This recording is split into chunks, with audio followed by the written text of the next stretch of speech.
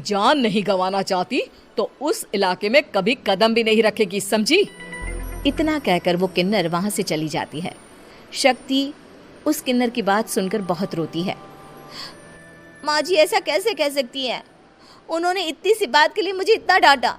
अब तो मैं उस इलाके में ज़रूर जाऊंगी। फिर एक दिन शक्ति गांव के दूसरे इलाके में चुपके से जाती है।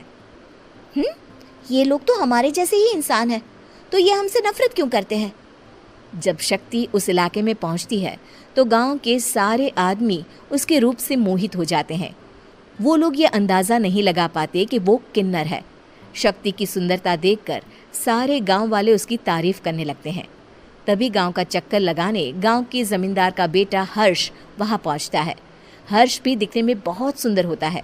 जब हर्ष ने शक्ति को देखा तो वो भी उससे मोहित हो गया, और जब शक्ति की नज़र हर्ष पर पड़ी तो वो हर्ष को देखकर मोहित हो गई। आपको पहले कभी इस गांव में देखा नहीं। इस गांव में आप नए हैं क्या? जी नहीं, वो मैं बस। तभी शक्ति बोलते बोलते रुक जाती है और मन में सोचने लगती है, अगर मैंने इनको बता दिया कि मैं दूसरे इलाके से आई हूँ तो वो समझ जाएंगे कि मैं किन्नर हूँ, इसलिए मुझे इनसे झूठ ही बोलना पड़ेगा। शक्ति हर्ष को कहती है, जी हाँ, मैं इस गांव में नई आई हूँ, यहाँ अकेली रहती हूँ। वैसे आप कौन है? आप भी इसी गांव में रहते हैं? जी हाँ, मैं इस गांव के जमींदार का बेटा हूँ। आपको किसी भी चीज की जरूरत पड़े तो आप मुझे बता देना, मुझे अच्छा लगेगा।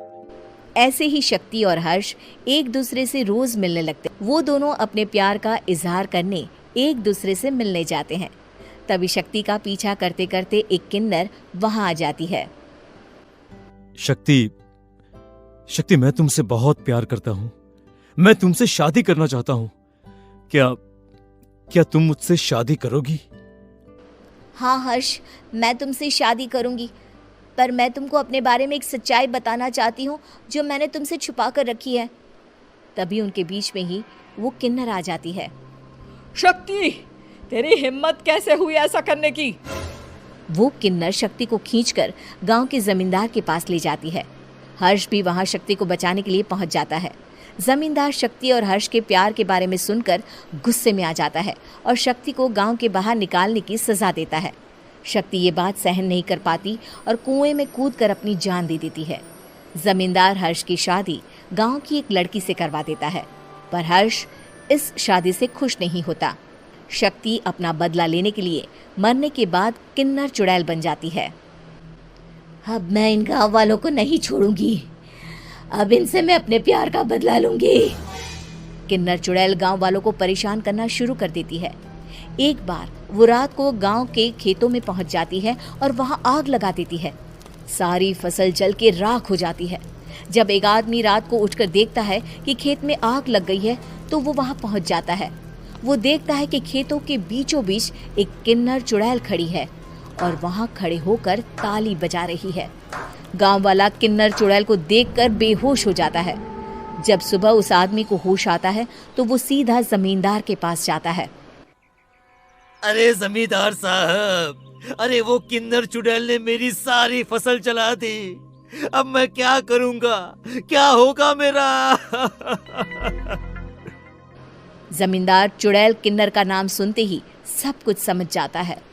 अब वो बहुत डर जाता है। उसी रात को जब जमींदार डर के मारे अपने कमरे में सो नहीं पाता, तभी वहां अचानक से किन्नर चुड़ैल आ जाती है। किन्नर चुड़ैल जोर जोर से जमींदार के आगे खड़ी होकर हंसने लगती है और ताली बजाने लगती है। जमींदार उस डरावनी किन्नर चुड़ैल को देखकर बहुत डर जाता है। तूने मेरे साथ बहुत बुरा किया, अब मैं तुझे जान से मार दूंगी।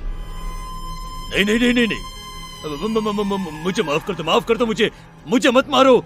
मैं कभी ऐसा दोबारा नहीं करूंगा।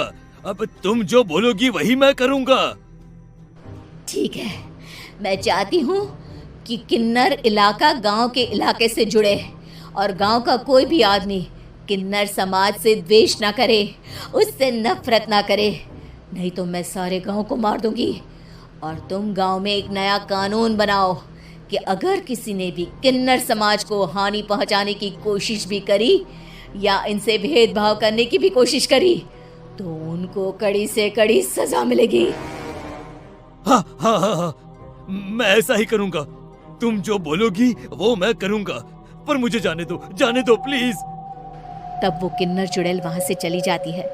गांव का जमींदार किन्नर चुड़ैल का कहा मानते हुए दोनों इलाकों को एक कर देता है और नया कानून भी लागू कर देता है। तब से वहां किन्नर समाज और बाकी गांव वाले शांतिपूर्वक रहने लगते हैं।